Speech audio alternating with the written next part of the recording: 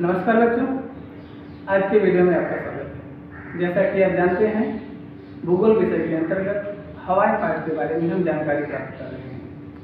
इसके पहले वाले वीडियो में हमने हवाई पाठ के अंतर्गत हवाओं के प्रकार के बारे में हमने सीखा कि हवाएं 3 प्रकार की होती हैं और 3 प्रकार में से जो पहले 2 प्रकार हैं, इन 2 प्रकारों को हमने पिछले वीडियो में सीखा है। आज हम चलिए इस वीडियो की शुरुआत करते हैं। एक बार फिर से हवाओं के प्रकार के बारे में हम जानकारी प्राप्त करते हैं। यहाँ पर देखिए, यह चित्र देखिए। जैसा कि आप जानते हैं कि पूरे पृथ्वी पर अधिक वायुदाब की तरफ से कम वायुदाब की तरफ हवाएं चलती हैं। यह हवाएं पृथ्वी के बहुत बड़े भूभाग को व्याप्त करती हैं। इस प्रकार से इन हवाओं को ग्रही हवाएं कहते हैं, ये हमने सीखा। और ग्रही हवाओं के प्रकार में पूर्वी हवाएं, पश्चिमी हवाएं और ध्रुवीय हवाओं के बारे में हमने सीखा। और इसके साथ ही साथ स्थानीय हवाओं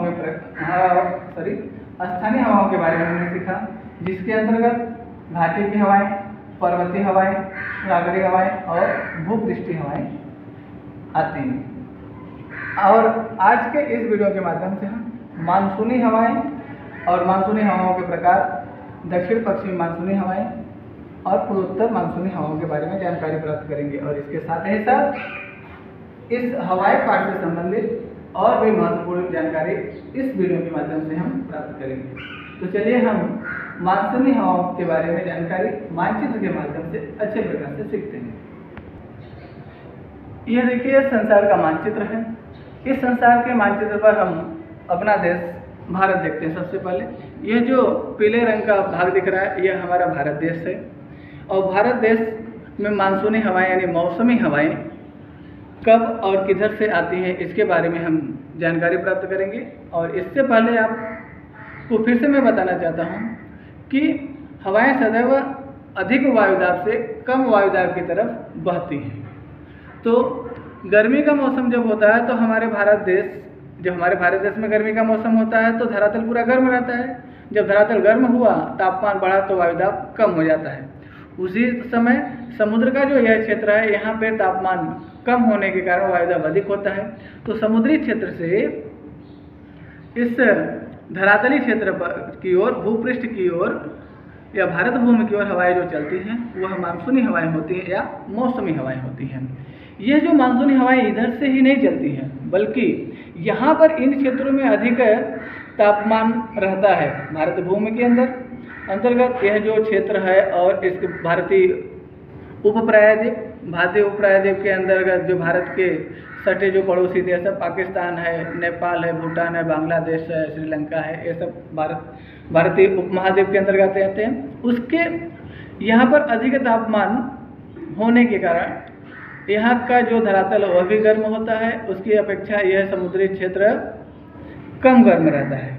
और यहाँ का जो क्षेत्र है यह अधिक ठंडा रहता है। अभी आपको यह बताया जाएगा अगले साल कि यह क्यों यहाँ पर तापमान अधिक है तो यहाँ पर तापमान क्यों कम है, यह अगले साल बताया जाएगा। लेकिन आप इतना ध्यान रखिए कि यहाँ पर जब तापमान कम रहता है तो यहाँ पर वायुदाब अधिक होता है। तो यहाँ से इस तरफ से हवाएं इस विषुवत रेखा को पार करते हुए आगे बढ़ती हैं, भारत की तरफ बढ़ती हैं। तो ये हवाएं देखिए अब कहाँ से चल रही हैं, यहाँ से ऐसे जाती हैं तो दक्षिण पश्चिम की तरफ से उत्तर पूर्व की ओर हवाएं जाती हैं या उत्तर पश्चिम की ओर हवाएं जाती है। इस प्रकार से मानसूनी हवाएं होती हैं और इन्हीं हवाओं के द्वारा भारत का यह जो पश्चिमी क्षेत्र है, इन क्षेत्रों में बरसात होती है। और इसके बाद जब हम सितंबर का महीना आता है तो हमारे यहाँ अनुभव किए होंगे कि धीरे धीरे ठंडी का मौसम आ जाता है। जब ठंडी का मौसम हो गया तो यहाँ पर जो धरातलीय क्षेत्र में इधर क्या होता है, तापमान कम हो जाता है। जब तापमान कम हो गया इन क्षेत्रों में तो तापमान कम हो गया तो वायुदाब अधिक हो गया। अब जब यहाँ पे तापमान कम हो गया, वायुदाब अधिक हो गया, तो इन क्षेत्रों में धीरे धीरे तापमान क्या होता है, बढ़ जाता है, वायुदाब कम हो जाता है। फिर सितंबर के बाद से इधर से मतलब इन क्षेत्रों से हवाएं भारत भूभाग की तरफ से हवाएं इस दिशा में चलने लगती हैं। इस प्रकार इन हवाओं को पूर्वोत्तर मानसूनी हवाएं कहते हैं, क्योंकि यहाँ से पूर्वोत्तर की तरफ से हवाएं आती हैं इस प्रकार से। और इसके पहले जो आपको बताया दक्षिण पश्चिम मानसून, मतलब इस तरफ से हवाएं, मानसूनी हवाएं इस तरफ से ऐसे भारतीय भूभाग की तरफ जाती हैं। ये तो मानसूनी हवाओं के बारे में जानकारी हो गई। तो चलिए अब हम हवाएं दक्षिणी गोलार्ध में अधिक तीव्र गति से चलती हैं और उत्तरी गोलार्ध में दक्षिणी गोलार्ध की अपेक्षा मंद गति से चलती हैं। यह क्यों ऐसा दक्षिणी गोलार्ध में अधिक तेज गति से और उत्तरी गोलार्ध में मंद गति से चलते हैं, इसकी जानकारी भी हम मानचित्र के माध्यम से जानते हैं। यहाँ पर ध्यान दीजिए आप सभी लोग,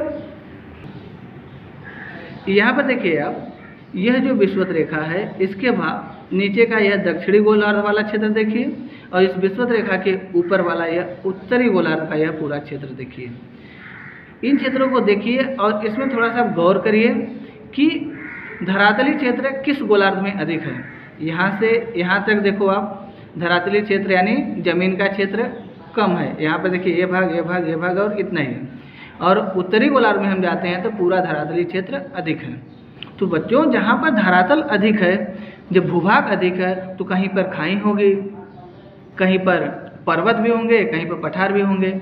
जब धरातल है तो ऊंचे ऊंचे मकान भी होंगे, बिल्डिंगें भी होंगी, खेत खलिहान होंगे, जंगल भी होंगे।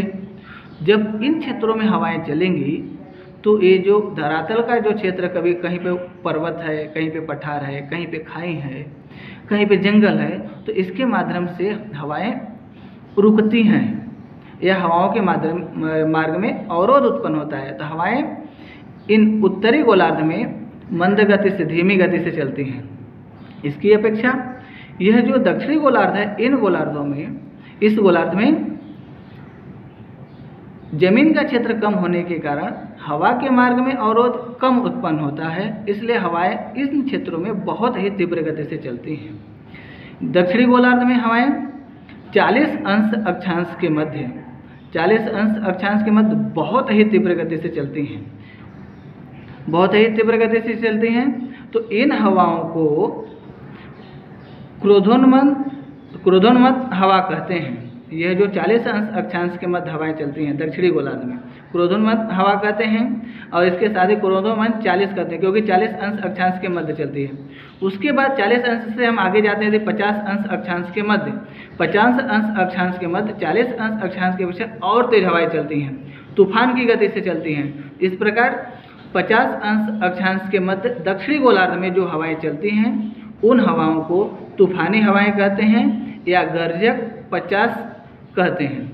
इसके और आगे जाते हैं हम, जब 60 अंश दक्षिणी अक्षांश के क्षेत्रों में, इन हवाओं में इन क्षेत्रों में हवा के मार्ग में थोड़ा भी अवरोध उत्पन्न नहीं होता है। इस कारण से इन क्षेत्रों में, मतलब 60 अंश अक्षांश के मध्य दक्षिणी गोलार्ध में हवाएं बहुत ही तेज और प्रचंड आवाज़ करती हुई चलती हैं, प्रचंड आवाज़ करती हुई चलती हैं। तो इस जो प्रचंड आवाज़ करते हुए 60 अंश अक्षांश के मध्य हवाएं चलती है, इन हवाओं को चित्कारी 60 कहते हैं। 40 अंश अक्षांश के मध्य जो हवाएं चलती है क्रोधोन्मत्त 40 कहते हैं। 50 अंश अक्षांश के बीच दक्षिण गोलार्ध में जो हवाएं चलती हैं उनको गर्जक 50 कहते हैं, क्योंकि 50 अंश अक्षांश के मध्य होती है। और 60 अंश अक्षांश के मध्य जो हवाएं चलती हैं वो बहुत ही तेज़ी से चलती हैं और एकदम प्रचंड आवाज़ करती हुई चलती हैं। इस प्रकार उन हवाओं को कहते हैं तूफानी हवाएं कहते हैं। और इसके साथ ऐसा जो प्रचंड आवाज़ करते हुए चलती हैं, प्रचंड तूफानी हवा कहते हैं। आगे हम चलते हैं इस पाठ से संबंधित दूसरी जानकारी प्राप्त करने के लिए।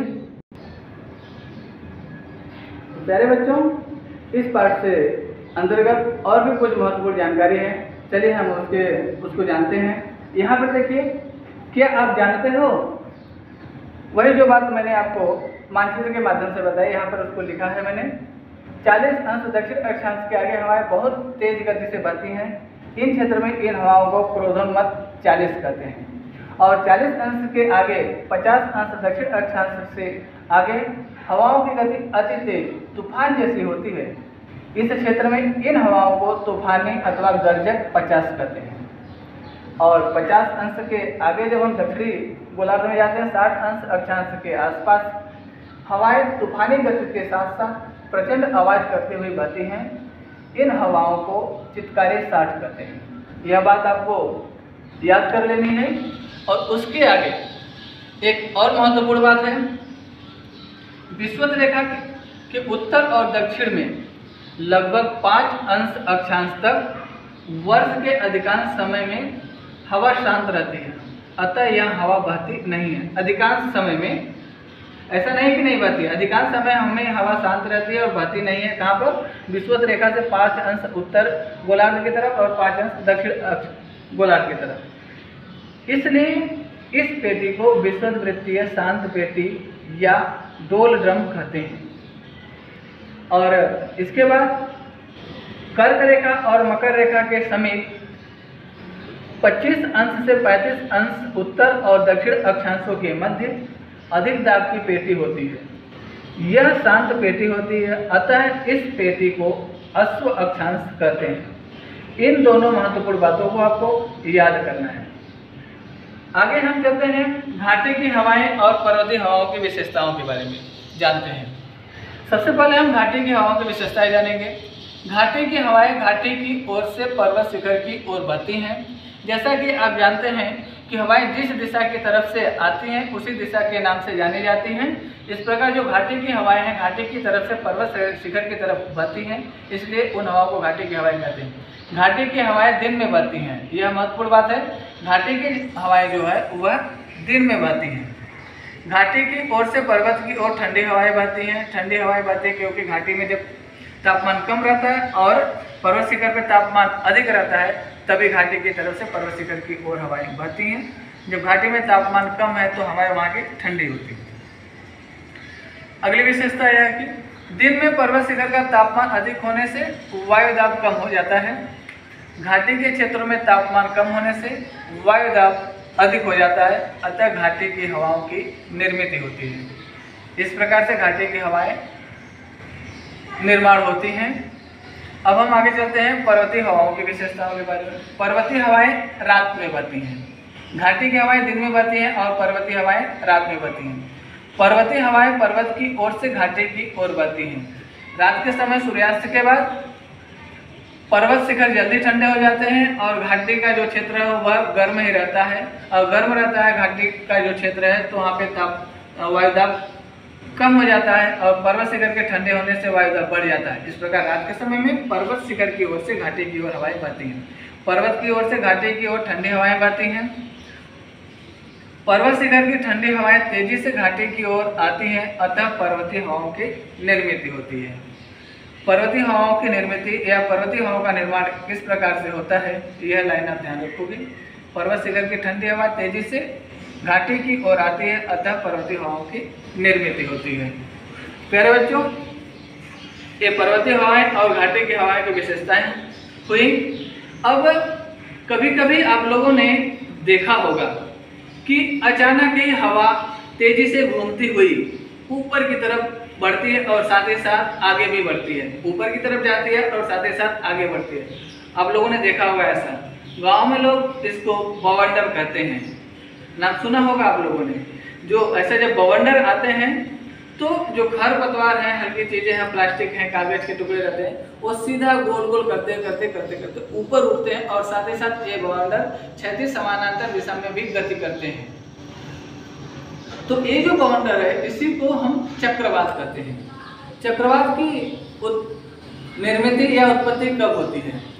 जैसे आप जानते हो कि जब किसी जगह पर तापमान कम हो जाता है और उसके आसपास के क्षेत्रों में तापमान अधिक रहता है, तो अधिक जब तापमान जहाँ पर वहाँ पे वायु दाब कम हो जाता है और जहाँ पे तापमान कम है वहाँ पे वायु दाब बढ़ जाता है। तो जो वायु दाब बढ़ गया तो जहाँ पर वायु दाब बढ़ा उस स्थान की हवा कम वायु दाब की तरफ आगे बढ़ती है। कभी कभी ऐसा होता है किसी क्षेत्र में अचानक तापमान कम हो जाता है, किसी क्षेत्र में अचानक तापमान कम हो जाता है तो वायु दाब बढ़ जाता है। वायु दाब बढ़ने से क्या होता है कि वहाँ की हवा तेजी से बाहर की तरफ फैलने लगती है। तो इस प्रकार से चक्रवात की निर्मित होती है। तो यहाँ पर देखिए आप लोग चित्र के माध्यम से आपको और अच्छी तरह से समझ में आएगा। सबसे पहले आप चक्रवात के बारे में जानिए। अधिक वायु दाब की ओर से कम वायु दाब की ओर चक्राकार रूप में हवा के बहने को चक्रवात कहते हैं। फिर से एक बार ध्यान दीजिए। अधिक वायु दाब की ओर से कम वायु दाब की ओर चक्राकार रूप में हवा के बहने को चक्रवात कहते हैं। चक्रवात के प्रकार, चक्रवात दो प्रकार के होते हैं, एक चक्रवात, दूसरा प्रतिचक्रवात। तो सबसे पहले हम चक्रवात के बारे में जानेंगे। चक्रवात की स्थिति में क्या होता है, किसी क्षेत्र में तापमान बहुत ही कम हो जाता है।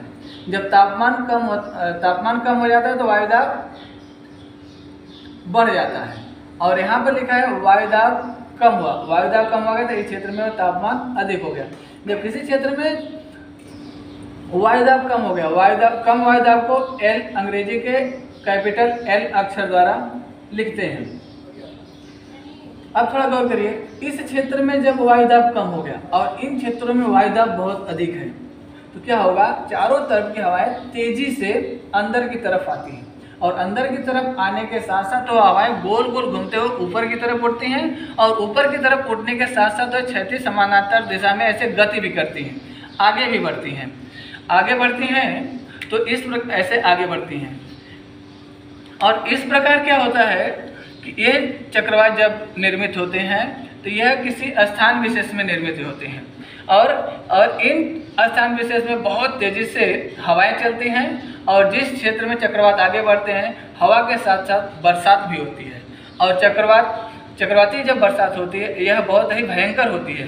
कभी कभी यह बहुत ही विशाल रूप और बहुत ही भयावह रूप धारण कर लेते हैं, और बर्फ पड़ती है, मतलब पानी ऊपर ही ठंडे होकर बर्फ के रूप में बदलकर नीचे गिरती है, और पेड़ पौधे उखड़ जाते हैं, क्योंकि अब गोल गोल करके हवा जब चलती है चक्र के रूप में, तो पूरे बहुत सारे पेड़ पौधे, अगर तीव्रता बहुत अधिक है तो पेड़ पौधे उखड़ जाते हैं। यहाँ पर आप देखिए, यहाँ पर जैसे 1000 मिलीबार ये वायुदाब है, और यहाँ पे 70 मिलीबार वायुदाब है, तो यहाँ से जो आसपास के जो 1000 मिलीबार वायुदाब है, यहाँ की हवाएं तेजी से अंदर की तरफ आती हैं, तो इस स्थिति में चक्रवात का निर्माण होता है। चक्रवात की विशेषताएं, चक्रवात जब आते हैं तो बहुत तेज आंधी तूफान आते हैं, और उसके साथ साथ बहुत तेज वर्षा होती है, और हिमवृष्टि भी होती है, बर्फ भी पड़ती है। आगे हम चलते हैं प्रतिचक्रवात। प्रतिचक्रवात चक्रवात का उल्टा होता है। अगर किसी क्षेत्र में वायुदाब बहुत अधिक हो गया, अधिक वायुदाब को अंग्रेजी के कैपिटल एच अक्षर द्वारा दर्शाते हैं। जब किसी क्षेत्र में वायुदाब बहुत अधिक हो गया और आसपास के क्षेत्रों में वायुदाब कम है, तब क्या होता है, अधिक वायुदाब के क्षेत्र की जो हवा है तेजी से चारों तरफ आगे बढ़ती है। इस प्रकार प्रतिचक्रवात की निर्मित होती है। यह प्रतिचक्रवात बहुत ही मंद गति से चलते हैं और एक खतरनाक नहीं होते हैं, जबकि चक्रवात बहुत ही खतरनाक होते हैं। यहाँ पे देखिए, यहाँ 1020 मिलीबार वायुदाब, यहाँ पे 1008, 1004 और 1000। तो यहाँ पे वायुदाब में अंतर कम है, इसलिए इनकी गति मंद होती है, एक खतरनाक नहीं होते हैं, नुकसानदेह नहीं होते हैं, पेड़ पौधे से उखड़ते नहीं हैं। जबकि ये जो चक्रवात है ये बहुत ही खतरनाक होते हैं। तो प्यारे बच्चों, मैं आशा करता हूँ कि आप चक्रवात और प्रतिचक्रवात के बारे में जान गए होंगे, और इस वीडियो को आप बार बार देखिए। मैं आशा करता हूँ कि आपको ज़रूर ही समझ में आएगा। नमस्कार।